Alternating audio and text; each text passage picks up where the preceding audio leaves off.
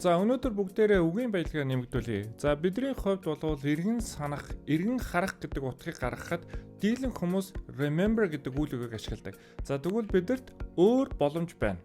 За энэ үйл үг бол look back on. За өөрөөр хэлбэл бид нар look back on гэдгийг ямар нэгэн зүйлийг эргэн дурсах, эргэн харах дээр ашигладаг агсан түвшний хэрэглээтэй үйл үг байна. За жишээ нь I look back on all the happy times I had with my friends. Би найзуудтайгаа өнгөрөөсөн ажиргалтай мөчүүдээр эргэн сандаг. Энэ утгыг гаргаж байна. За энэ үгийг бүр агсан түвшинд хэрэглэхийн тулд look back on гэдгийн араас with emotion буюу сэтгэл хөдлөл заасан үгтэйгээр илэрхийлэх боломжтой. За бүгдээрээ жишээ авъя. I look back on my teenage years with gratitude.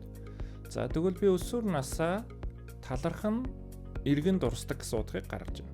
За ингээ бүгдээрээ үргэлж нэг хэвийн үйл үг ашиглахгүйгээр үйл үгээр дамжуулж өөрсдийн англи хэлний хэрэглээгээ дараагийн түвшинд гаргах боломжтой.